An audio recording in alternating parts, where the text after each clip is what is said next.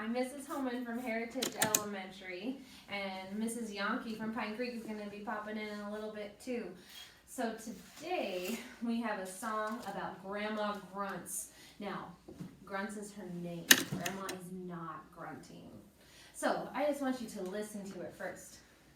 Grandma Grunts said a curious thing. Boys may whistle, but girls must sing. That is what I heard her say. 'Twas no longer than yesterday. So you're going to be my echo. So I'm going to sing, and when I do this, you sing exactly what I did. Grandma Grunts said a curious thing. Grandma Grunts said a curious thing. Boys may whistle, but girls must sing. Boys may whistle, but girls must sing. That is what I heard her say. That is what I heard her say. 'Twas no longer than yesterday. 'Twas no longer than yesterday. Okay, now I'm going to make it a little bit longer. Grandma Grunts said a curious thing. Boys may whistle, but girls must sing. Grandma Grunts said a curious thing. Boys may whistle, but girls must sing. That is what I heard her say. 'Twas no longer than yesterday. That is what I heard her say. 'Twas no longer than yesterday. Alrighty, so now we're going to do the whole song. And if you haven't already been doing this with me, or your chest, wherever, go ahead and do that as I sing. Here we go. Grandma Grunts said a curious thing. Boys may whistle, but girls must sing. That is what I heard her say. 'Twas no longer than yesterday. Excellent. So over here, I have the first half of the song with tas and ts. So you have ta, ta, ta, t, t, t, t, ta. Then we have a nice long grandma. Now the third line. Ta, ta, t, t, ta, ta, ta, and then grandma again. Now, some of you might already figured it out. Oh, that didn't do what it was supposed to. The grandma is really a half note or a two-oo. And just like we've talked about before, a half note looks like a ta, but not filled in. It is one sound taking up two beats, just like right here. Takes up two heartbeats. There we go. So now saying that two, or some of you go two, whatever it is you do at your school. Ready? Ta, ta, ta, ti, ti, ti, ti, ta, two.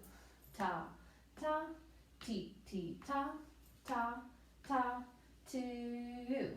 All right. So we have another part of the song. It goes like this. I think you're gonna like it. Girls can whistle too. Girls can whistle too. So we call that our ostinato. We're gonna do that over and over again. Now, if you can't whistle, it's okay. You can hum. And that works just as good. So first of all, just sing that with me just like one time. It's pretty repetitive. You got it. Girls can whistle too. All right. What do you want to do, the ostinato, or do you want to do the song? I will do the ostinato. All right. So I'm going to sing the song, and Mrs. Yonke is going to sing the ostinato. But you're going to sing the song with me this time. So don't let her mess you up. Okay? Here we go.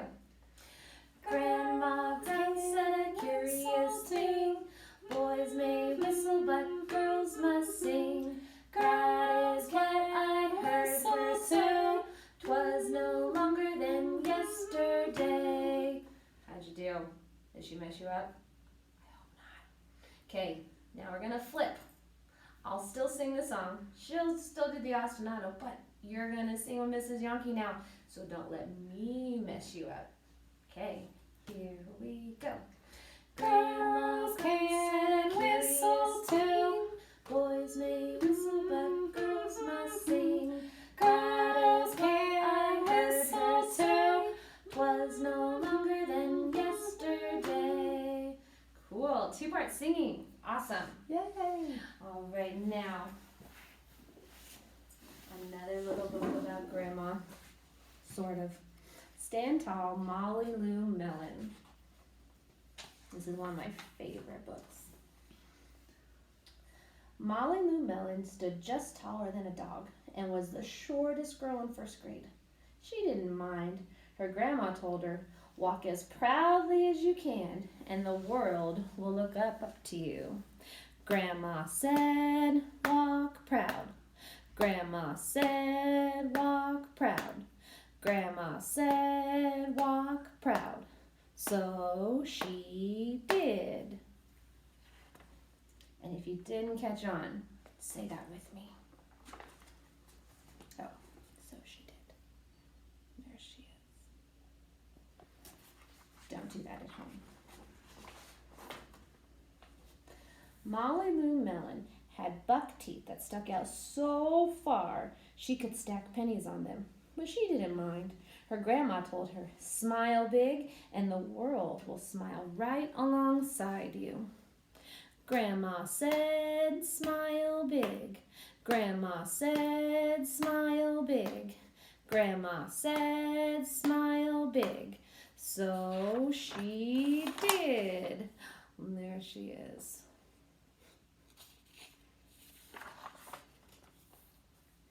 Molly Lou Mellon had a voice that sounded like a bullfrog being squeezed by a boa constrictor, but she didn't mind. Her grandma had told her, "Sing out clear and strong, and the world will cry tears of joy." Grandma said, "Sing out strong." Grandma said, "Sing out strong." Grandma said, "Sing out strong." So she did. Singing to all the insects and the frogs. Molly Lou Mellon was often fumble-fingered, but she didn't mind. Her grandma told her, "Believe in yourself, and the world will believe in you too." Grandma said, "Believe in yourself." Grandma said, "Believe in yourself." Grandma said, "Believe in yourself." So she did. Oh, that'd be so scary.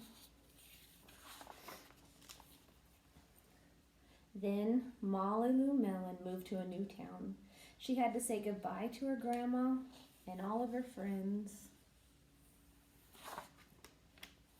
and start in a new school.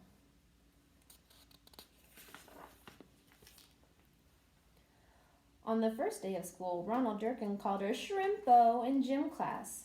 When the game started, Molly Lou Mellon caught the football, ran under the legs of Ronald Durkin, and scored a touchdown. All the children thought, "Wow, she's good." And Ronald Durkin felt very foolish. On the second day of school, Ronald Durkin called her Bucky-Tooth Beaver.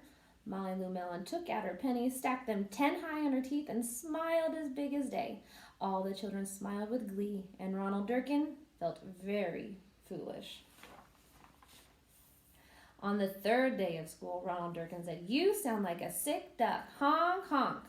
Molly Lou Mellon sang out a quack so clear and strong that it made Ronald Durkin somersault backwards, hit his head, and have to go to the nurse.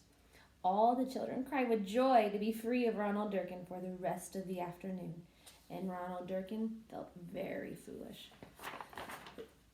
On the fourth day of school, Ronald Durkin said that she'd made the snowflake all wrong, but Molly Lou Mellon opened up her paper and revealed the most beautiful snowflake of all. All the children oohed and awed, even Ronald Durkin. On the fifth day of school, Ronald Durkin brought Molly Lou Mellon a stacking penny for her teeth and smiled at her. That night,